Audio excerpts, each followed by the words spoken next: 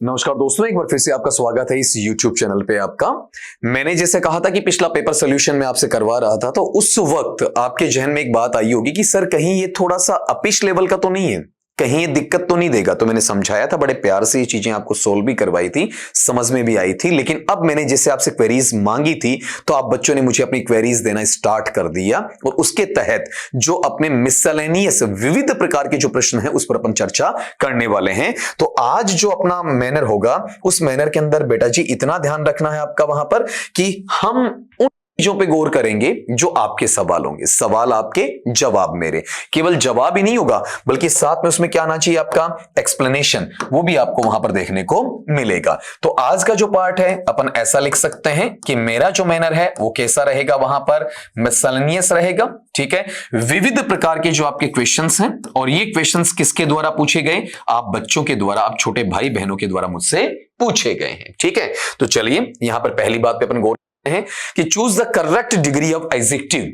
जो आपका विशेषण है, विशेषण का एक सही स्तर आपको बताना है। तो अपना पहला सवाल आपके जहन में कि ए कार्स प्राइस, एक कार की जो कीमत है यूजुअली सामान्यतया होती है, कैसी होती है, बाइक की कीमत की बजाय काफी ज्यादा होती है। मतलब कार है, कार बाइक के मुकाबले महंगी होती है। तो इसमें महंगे वर्ड के लिए अपन देखते हैं, तो आप बेटा गौर करना, चीपर। चीपर का मतलब किससे लिया जाता है, जो चीजें क्या होती हैं, सस्ती होती हैं। लोअर का मतलब क्या है, जो निम्न स्तरीय हल्के स्तर की होती हैं, उन्हें लोअर कहा जाता है। अब अपने पास दो वर्ड बचे, एक तो कौन सा, एक्सपेंसिव, एक कौन सा, हाई। तो कार की कीमत है बाइक की कीमत से ज्यादा हो सकती है, कार की कीमत है वो बाइक की कीमत से ज्यादा महंगी हो सकती है। तो कहने को दोनों करीब है ना।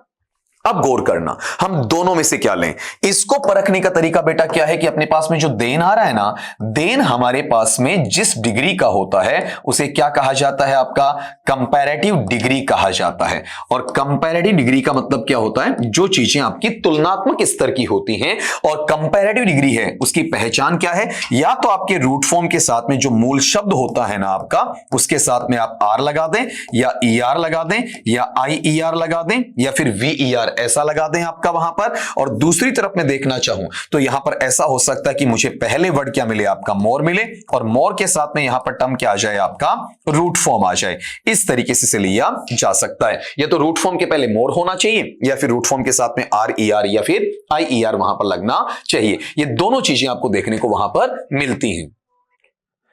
तो देखा बेटा आपने, यहां पर अपने पास में जब अपन कि रूट फॉर्म के साथ ये होना चाहिए, मोर मोर के साथ रूट फॉर्म होना चाहिए। जैसे कुछ एग्जांपल दूं आपको मैं, आपके पास में यहां पर एक वर्ड है स्मॉल। ठीक है बेटा, अब स्मॉल है, स्मॉल से मैं क्या लूंगा, यहां पर आपके पास में स्मॉलर बना लूंगा। स्मॉलर है, इसी से मैं क्या बना लूंगा, वहां पर आपका स्मॉलेस्ट बना लूंगा। तो ये जो तीनों चीजें अपने पास में आ रही हैं, इसमें जो ये वाला पार्ट, ये बताओ किसमें चला जाएगा, आपका कंपैरेटिव डिग्री में। लेकिन कुछ वर्ड्स ऐसे होते हैं जिसमें R E R, I E R, V E R नहीं जुड़। फॉर एग्जाम्पल, अगर मेरे पास में टर्म है, कौन सा टर्म है आपका वहां पर, इंपॉर्टेंट है, और इंपॉर्टेंट से मैं यहां पर बनाना चाहूंगा, तो ये टर्म ऐसा बनेगा, इंपॉर्टेंटर नहीं बनेगा बेटा, क्या बनेगा आपका, मोर इंपॉर्टेंट बनेगा। या फिर यहां पर अगला टर्म में लेना, यहां पर मोस्ट इंपॉर्टेंट बनेगा। अब आप गौर करें, इसमें जो ये पार्ट है कौन सा, मोर इंपॉर्टेंट, ये किसमें चला जाएगा, आपका कंपैरेटिव में चला जाएगा। तो जब हाई की मैं तीनों डिग्रीज बनाता हूं तो क्या बनती है, हाई, हाइयर, हाईएस्ट, ऐसा बनेगा। ठीक है, लेकिन मुझे क्या चाहिए बताओ, देखें आपका वहां पर कंपैरेटिव चाहिए ना, तो कंपैरेटिव तो मेरे पास में है ही नहीं, कंपैरेटिव तो हाइयर बनता है। तो अपना आंसर जो हमें चाहिए वो कौन सा हो गया, मोर एक्सपेंसिव। एक्सपेंसिव का मतलब महंगा है, मोर एक्सपेंसिव ज्यादा महंगा है, मोस्ट एक्सपेंसिव जो सबसे ज्यादा महंगा है। ठीक, अब इस फेज के अंदर आप चेक करें, चीपर, लोअर, मोर एक्सपेंसिव और हाई, इसमें आंसर क्या रहा, मोर एक्सपेंसिव। चलते हैं अगले सवाल की तरफ।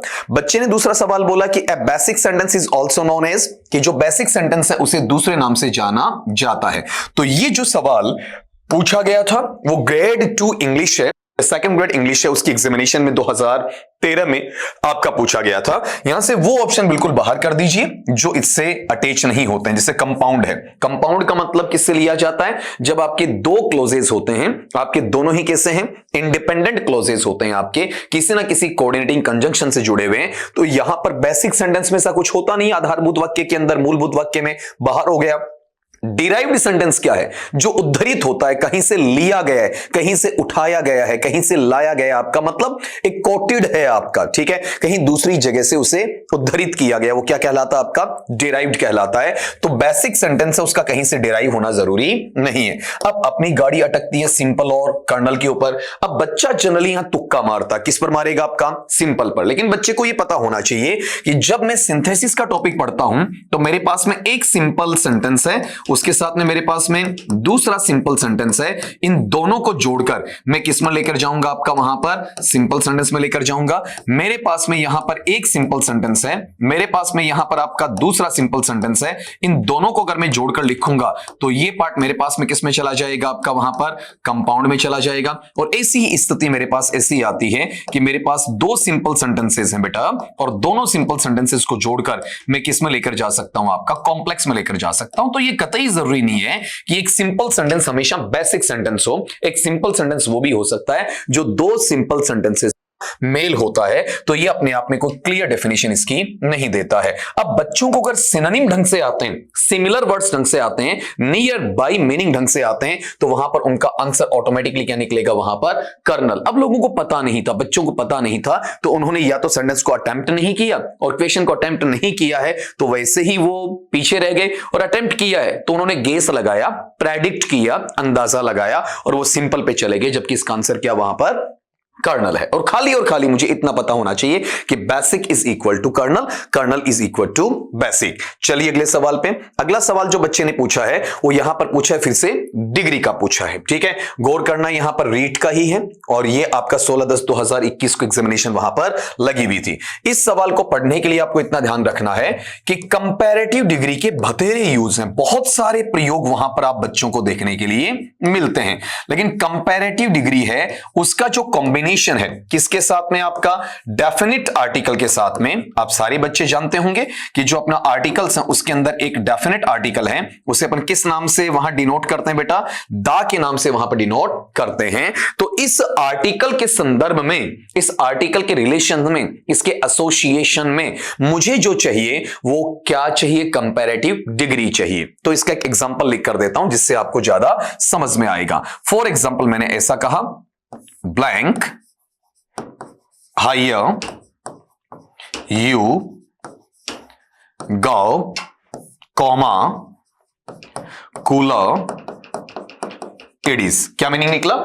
जितनी आप जाते हैं उतना ही आपको ठंडा नजर आता है, उतना ही आपको वहां पर शीतल नजर आता है। तो आप इस सेंटेंस को यहां से स्टार्ट कर रहे हैं, यहां पर क्लोजर दे रहे हैं, यहां पर हाइयर है, यहां पर आपका कूलर है, कूलर में ईआर है, और हाइयर में भी आपके पास में क्या है? ईआर है। मतलब डिग्री दोनों ही बेटा कैसी हैं? कंपैरेटिव है। ये भी आपका कंपैरेटिव है, और बेटा ये भी डिग्री कैसा बताओ? आपका कंपैरेटिव है। दोनों डिग्रीज ही आपको वहां कंपैरेटिव देखने को मिलती हैं। अब कंपैरेटिव अगर एक सेंटेंस में दो बार आता है तो दोनों साइड दा लगेगा।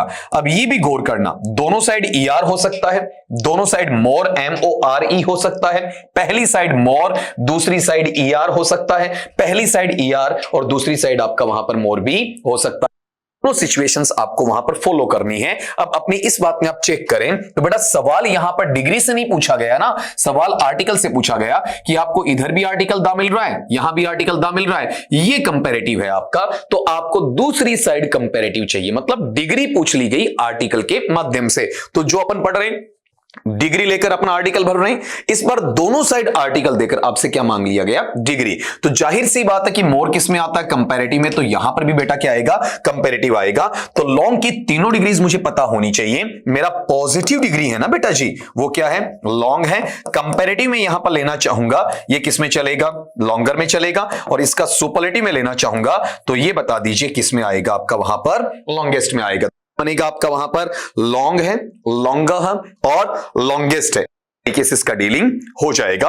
अब अपने को इसे हटाना है, जो गलत ऑप्शंस हैं। तो लॉन्ग पॉजिटिव हट गया, लॉन्गर कंपैरेटिव हट गया, नन यहां से हट गया। तो ऑटोमेटिकली जो आपके पास में ऑन द बिहाफ है वो कौन सा रहेगा? लॉन्गेस्ट वाला जो पार्ट है उसको अपन काट के करेंगे। ये थोड़ा सा आगे पीछे हुआ, मुझे कंपैरेटिव चाहिए ना बेटा, तो यहां पर ये अपन ने उल्टा लगाया। यहां लॉन्गेस्ट है, लॉन्गेस्ट सुपरलेटिव कटेगा, मुझे क्या चाहिए? आपका वहां पर कंपैरेटिव चाहिए, और कंपैरेटिव में मेरे पास में क्या रहेगा? लॉन्गर। तो ये नीचे लगा दिया, ऊपर लगा दिया, उल्टा हुआ, ठीक है। जबकि बोल चुका दोनों ही कंपैरेटिव हैं, तो कंपैरेटिव में लॉन्गर होगा। लॉन्गेस्ट तो किस में आता है आपका? सुपरलेटिव में। ये मैं फिर लिख देता हूं, यहां पर बेटा जी एक कंपैरेटिव है, ये यहां पर आपका सुपरलेटिव है, और यहां पर ये आपका पॉजिटिव डिग्री में चला जाएगा। तो बिना वक्त जाए किए बिना अपन दूसरे सवाल पर आते हैं। उससे पहले फिर कह देता हूं बेटा, लॉन्गेस्ट सुपरलेटिव में है। दा बच्चा यहां पर सुपरलेटिव लगाता, अपन मानते हैं कि दा में दा सुपरलेटिव के लिए भी आता है, लेकिन बहुत बार दा को यूज अपन करते हैं कंपैरेटिव में। और पेपर सेटर यही तो चाहता है, क्या चाहता है कि बच्चा दा को पढ़े और सुपरलेटिव लगा दे, जबकि वहां पर दा के साथ में कंपैरेटिव का यूज भी किया जा सकता है। चलिए अगले सवाल पे। यहां अगला सवाल जो आपके पास आ रहा है, इसको पढ़िएगा कि क्या कहा कि जो ब्लैंक वर्स है ना, मुक्तक है आपका, ठीक है, जहां पर आपका फ्री हैंडेडली क्या होता है, आपकी पोइट्री लिखी जाती है। कौन से छंद में? आपका आयम्बिक पेंटामीटर में। सोनेट है चतुर्पदशी, उसमें जनरली क्या होता है कि आयम्बिक पेंटामीटर देखा जाता है। ऐसा छंद जिसमें दो दो सिलेबल्स, दो दो ध्वनि मात्रक हैं, उनके जोड़े बनाए जाते हैं, उस जोड़े को आयम कहा जाता है। IAMB, आयम वहां पर उसे पढ़ा जाता है। और उसमें मेरे पास बेटा कितने सिलेबल्स होते हैं? 2 सिलेबल्स होते हैं, 2 ध्वनि मात्रक वहां पर आपके देखने को मिलते हैं, जिसमें एक स्ट्रेस्ड है तो एक आपका अनस्ट्रेस्ड है, इस तरीके से। अब 2 जो आपके, एक बलाघात युक्त, एक बलाघात रहित, एक स्वराघात युक्त, दूसरा स्वराघात रहित, इस तरीके से जो आपको बताया गया। अब उसमें ब्लैंक वर्स है, तो ब्लैंक का मीनिंग ही क्या होता है? ब्लैंक का मतलब जो खाली है, जहां पर आपकी राइम स्कीम नहीं, जहां पर कोई तुकबंदी की योजना नहीं होती है। ऐसा कि A B C D E F G, ऐसा कुछ नहीं है। ए बी बी ए, या फिर आपका वहां पर सी डी, ऐसा कुछ भी वहां पर नहीं चलता है। तो कहीं तुकबंदी की योजना बनती, कहीं पर किसी भी प्रकार से उसमें कॉम्बिनेशनल लेवल है, वो आपके पास में होता ही नहीं है। तो यहां जो टर्म आया ना, ब्लैंक वर्स, मतलब मुक्तक है, मुक्त छंद है आपका, किसी भी प्रकार से उसके अंदर राइम स्कीम की बाध्यता नहीं है। तो सीधा सीधा इसका आंसर है, जहां पर राइम या राइम स्कीम नहीं होता है, बिना किसी राइम के होता है। बाकी की इसमें हम अल्टरनेट ले आए, राइम ले आए, या फिर बिना अल्टरनेट, सीधा सा फंडा कि उसमें राइम ही नहीं है। वर्स किसके लिए स्टैंड कर रहा है? राइम के लिए स्टैंड कर रहा है। और ब्लैंक का मतलब खाली है, तो जहां राइम नहीं होता वो क्या होता है आपका? विदाउट राइम होता है। विदाउट राइम ही क्या है? ब्लैंक। तो ये जो आगे वाला टर्म आपको दिया ना बेटा, कौन सा? आयम्बिक पेंटामीटर, ये तो केवल और केवल किसके लिए? कंफ्यूज करने के लिए बच्चे को, कि बच्चा इन शब्दों के फेर में आ जाए। जब मैं आपको सोनेट पढ़ाऊंगा चतुर्पदशी, तो उसके अंदर आयम्बिक पेंटामीटर है, इसको डिटेल वे में अपन लेंगे और अच्छे तरीके से इंटरप्रेट भी वहां पर करेंगे। आप मेरे साथ लंबे टाइम तक जुड़ेंगे, तब आपको पता चलेगा कि वाकई में सारा का सारा इसेंस एक जगह आपको छोटे छोटे क्लिप्स में, छोटे छोटे वीडियोस में देखने को मिलेगा। चलिए अगले सवाल पर। अगला सवाल पूछा है ग्रेड 2 या सेकंड ग्रेड इंग्लिश 2012 का, टर्म का है, फिगर ऑफ स्पीच का सवाल है। सवाल किसका है? मेटाफोर। मेटाफोर नहीं बेटा, मेटाफोर। एक्चुअल में मेटाफोर है, इसे हिंदी में आप क्या कहेंगे? वहां पर रूपक अलंकार कहेंगे आपका। और रूपक अलंकार को इंग्लिश में छांटने का सबसे बढ़िया तरीका क्या है? इसमें हम उपमा वाला, वैसे उपमेय उपमान ऐसा कुछ नहीं छांटेंगे, सीधा सीधा है। रूपक अलंकार होता है x is equal to y, बस इतना याद रख लो कि x y है और y x है। बताओ x और y दोनों सेम है या डिफरेंट है? डिफरेंट है। संख्या में कितने बेटा? 2 हैं। तो इसकी डेफिनेशन निकाल लो कि 2 चीजें, और 2 चीजें बेटा कैसी होती हैं आपकी? डिफरेंट होती हैं, ठीक है, अलग अलग होती हैं, ठीक है। दोनों अपन ये कह सकते हैं लाइक नहीं है बेटा, कि वहां पर अनलाइक है, ठीक है। अब इनके अंदर क्या होता है? कंपैरिजन होता है, ठीक है। कंपैरिजन का मतलब तुलना है, और कंपैरिजन है ना, उसमें विदाउट कोई हेल्प किसकी? कनेक्टर्स की। कोई भी आपके पास में जोड़ने वाले कनेक्टर्स नहीं होते हैं उसको असिस्ट करने के लिए, उसकी हेल्प वहां पर करने के लिए। फॉर एग्जाम्पल, मैंने एक सेंटेंस ऐसा लिखा और यहां पर सेंटेंस ऐसा डाला आपका कि राम इज एन, और यहां पर कुछ भी आपने डाला एलिफेंट, ये लीजिए। अब आप ये बताएं कि अपने पास में राम और एलिफेंट ये दोनों सेम है या डिफरेंट है? डिफरेंट है। मैं इसे x मान लेता हूं, मैं इसे y मान लेता हूं। अब अगले ने कहा कि यह व्यक्ति एलिफेंट है और ये एलिफेंट क्या है? ये व्यक्ति है। तो आपने कंपैरिजन कर दिया, 2 डिफरेंट चीजों में कर दिया, x is equal to y is equal to x बता दिया। तो ये जो कंपैरिजन है किसके तहत आता है? मेटाफोर। अब ऑप्शन पढ़िए, इसका सेकंड ग्रेड का जो जनरल इंग्लिश वाले बच्चे ना, रीट वाले हैं, एलडीसी यूडीसी वाले, वो आप देखिए इतने बड़े लेवल के एग्जामिनेशन में भी इतने हल्के सवाल आपसे वहां पर पूछे जाते हैं। तो आप ये बताएं यहां पर कंपैरिजन, इसमें कंपैरिजन कहीं पर देखने को नहीं मिल रहा है, बाहर हो गया। इसमें कहीं कंपैरिजन देखने को नहीं मिल रहा है, बाहर हो गया। इसमें कहीं पर भी आपको कंपैरिजन देखने को नहीं मिल रहा है, तो ये ऑप्शन भी बाहर हो गया। तो इजीली आप अपने आंसर तक रीच कर पाते हैं। तो वो कौन सा है आपका? इंप्लाइड कंपैरिजन है। अब इंप्लाइड जो अंतर्निहित है कि कई बार जिन दो ऑब्जेक्ट्स के बीच में कंपैरिजन होता है वो दोनों आपको शो नहीं किए जाते, एक शो करके पूछ लिया जाता है, वो क्या है आपका? इंप्लाइड। लेकिन हमें इतना देखना ही कहां है, हमें तो केवल क्या ढूंढना बेटा जी? आपका कंपैरिजन, जो यहां मिल गया। उम्मीद करता हूं सवाल सॉल्व हुआ होगा। चलिए नेक्स्ट क्वेश्चन की तरफ। अगला सवाल क्या है? What device is present in the line if ought autumn stop और pastoral song? ठीक है, अब आप गौर करें यहां वाले पार्ट में जब आप लेते हैं तो इस पैटर्नेबल आप डिवाइस के अंदर यहां पर अपना, या फिर ये कहें कि इस मैनर में क्या हो सकता है, क्या क्वेश्चन वहां पर एग्जैक्टली है जैसा हम चाहते हैं, या इसमें कुछ करेक्शंस की पॉसिबिलिटी है? तो एक बार ये कहूंगा कि have a look, have a glimpse there and then we should proceed ahead. एक बार सेकंड आप इसे वहां पर दीजिए। देखिए बेटा जी, सवाल देखिएगा, यहां पर अपने पास में इन शब्दों को सुन लीजिएगा। जब ये अपने पास में आया, कौन सा? आयरनी, व्यंग्योक्ति है, असनंस है, अनुप्रास की ही एक शाखा है, पैराडॉक्स जिसे क्या कहेंगे आपका? विरोधाभास कह देंगे। ये जो पैराडॉक्स है ना, ये आपको वहां पर पता होना चाहिए कि किसके सेंस में आपका काम में लिया जाता है। अलिटरेशन, ये भी बेटा किसमें आपका वहां पर? बोलो, केवल और केवल किसमें आपका वहां पर? अनुप्रास में है। तो यहां एक साउंड को आप मैच करना, जैसे आपके पास में साउंड यहां पर क्या है? ओ साउंड है, ओ साउंड है। आप गौर करें, ओ साउंड है, ओ साउंड है, ओ साउंड है, ओ साउंड है और ओ साउंड है। जब मैं साउंड का रेपिटेशन लेता हूं, आपकी ध्वनि पुनरावृत्ति की बात में करता हूं बेटा, तो वो चीज अनुप्रास अलंकार में जाती है। अलंकार के लिए मूल शब्द होता है एलिटरेशन, और एलिटरेशन की जो प्रोडीजी है उसमें एक एसोनेंस होता है और दूसरा आपका कॉन्सोनेंस होता है। कॉन्सोनेंस तो वो है जो व्यंजन ध्वनि है उसकी साउंड को रिपीट करवाता है शब्दों के बीच में या शब्दों के आखिर में, और जो आपका एसोनेंस होता है वो वाउल साउंड्स या स्वर ध्वनियां होती हैं, उनका रेपिटेशन करवाता है शब्दों के बीच में या शब्दों के आखिर में, आगे पीछे भी कर सकता है। एलिटरेशन जनरली कहां होता है? शब्दों की शुरुआत में, चाहे वाउल साउंड चाहे कॉन्सोनेंट साउंड, उनका रेपिटेशन होता है, किसमें चला जाएगा? आपका एलिटरेशन में चला जाएगा। तो यहां पर देखो ओ साउंड आ तो रहा है, लेकिन वो हमेशा शुरू में नहीं, कहां कहां रहा है? बीच में भी आ रहा है। तो एलिटरेशन, उसका रेपिटेशन तो केवल कहां होना चाहिए? स्टार्टिंग साउंड में होना चाहिए, नहीं है। विरोधाभास और आपका व्यंग्योक्ति इससे कोई रिलेशन नहीं है। तो वाउल साउंड या स्वर ध्वनि क्या हो रही है बेटा? रिपीट हो रही है, लेकिन वो रिपीट कहां हो रही है बताओ? आगे चलकर हो रही है। ठीक है, मिड में आ रहा है, उसके आगे वहां पर काम में लिया जा रहा है। तो बड़ा ही आसान सा सवाल था, मैंने आपको 10 सेकेंड्स भी दिए थे वहां पर कि आप इसके बारे में सोचें, क्योंकि कई बार बच्चा क्या नहीं कर पाता है, उस क्वेश्चन को ढंग से रीड नहीं कर पाता है, तो वहां से गलतियां होना उसका लाजमी है। हालांकि इसमें एक प्रॉब्लमेटिक इश्यू भी अपन नहीं ला लेंगे, बहुत ज्यादा हो जाएगा, वहां पर सीधा सीधा अपने को क्या निकालना होता आंसर। अब गौर करना, बच्चा ये कहेगा सर एलिटरेशन क्यों नहीं है?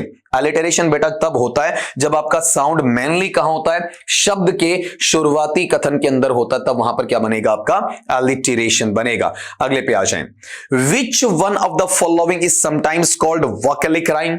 निम्नांकित में कौन सा ऐसा है जिसे कभी कभी आपका वहां पर राइम का नाम दिया जाता? वोकैलिक का मतलब रिलेटेड टू वोकल कॉर्ड्स, आपके गले से वहां पर। राइम का मतलब जो आपकी तुकबंदी बनती है, मतलब म्यूजिकल, संगीतमयी। ठीक है, जो स्वर ध्वनि आती है वो किस में जाएगी? तो पहली बात तो ये बताना कि अपने पास में एक वर्ड है, कौन सा? पर्सोनिफिकेशन। इसे अपन हिंदी में कहते हैं मानवीकरण। मानवीकरण का संगीत से कोई रिलेशन नहीं है। अब संगीत से रिलेशन रखने वाली 3 चीजें हैं, कौन सा?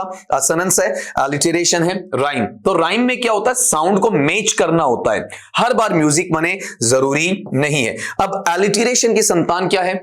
असोनेंस है। तो दोनों में जो बड़ा है वो कौन है? आपका एलिटरेशन।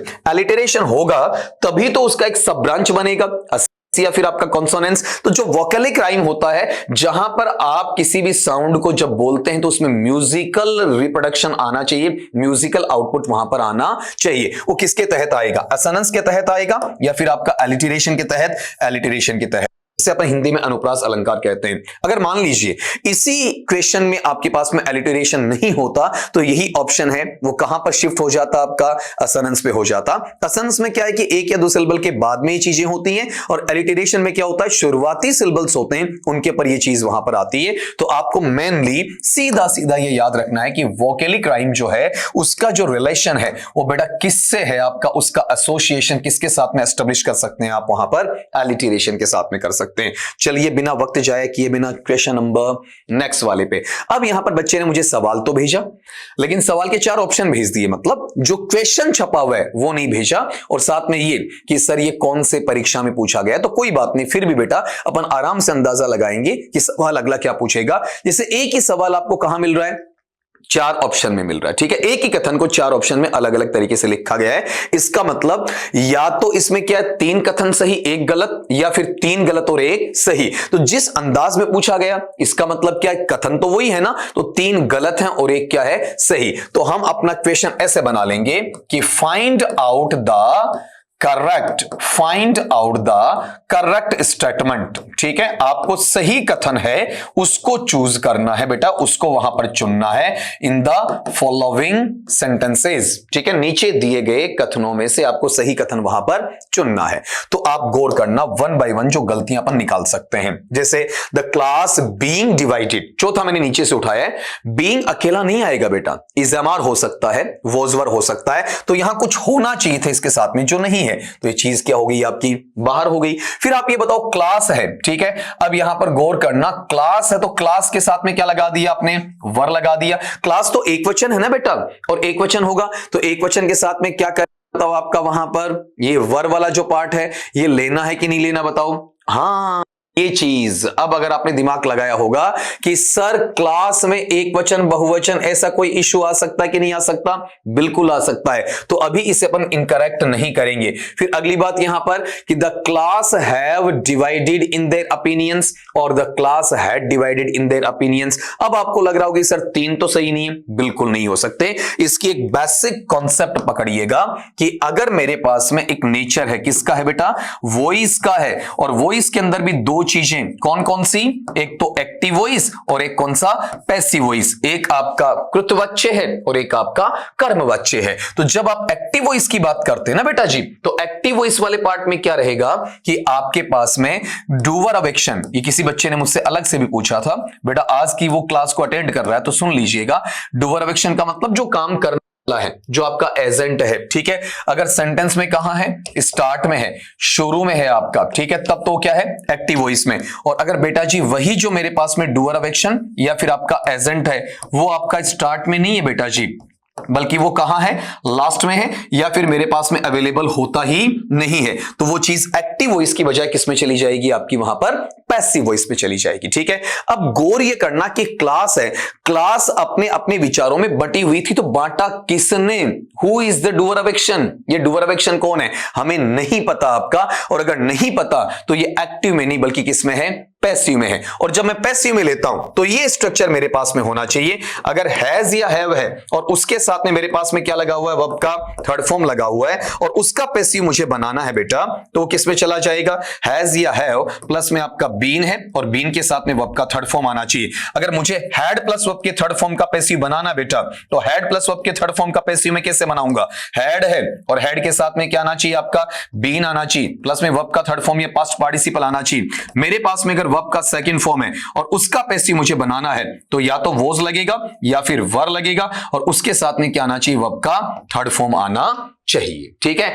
गौर करो जरा, अगर मुझे पैसिव में चाहिए तो ये पैसिव थोड़ी ना बना आपका, वहां पर हैड के साथ में क्या आपका डिवाइडेड आ गया, तो पैसिव में बीइंग लगना चाहिए था, तो ये ऑप्शन बाहर हो गया। यहां चेक करिएगा, यहां क्या कहा कि हैव के साथ में डिवाइडेड है, लेकिन पैसिव में है ना, तो हैव के साथ पैसिव में क्या लगना चाहिए, आपका बीइंग लगना चाहिए। अब बच्ची बात की सर क्लास के साथ में तो वो जाना चाहिए, वर कैसे आया, तो बेटा जब चीजें बटी हुई होती हैं तो वो एक वचन की अवधारणा नहीं लेकर आते हैं, वो बहुवचन की अवधारणा लेकर आते हैं, और बहुवचन की अवधारणा लेकर आएंगे तो वॉज की जगह वर आएगा। और गौर करो, देखो यहां पर इसका पैसिव बना रहे हैं तो वर के साथ में थर्ड फॉर्म सीधा लगाया जा सकता है, इसलिए इसमें जो करेक्ट स्टेटमेंट है वो बताओ कौन सा आपका, तीसरे वाला है, ठीक है। कई बार बच्चा अगर ऐसे पूछता है जिसको वो ढंग से वहां पर पीडीएफ नहीं बना पाया, ढंग से नहीं लिख पाया, ढंग से मेरे कंसल्ट नहीं कर पा रहा है, मैं उसकी जड़ तक जाकर आपको ये सारी चीजें वहां पर बताऊंगा। तो उम्मीद करता हूं कि आज की क्लास है ना बेटा, आज की क्लास के अंदर आपने देखा होगा कि सवाल किसके थे, आपके जवाब मेरे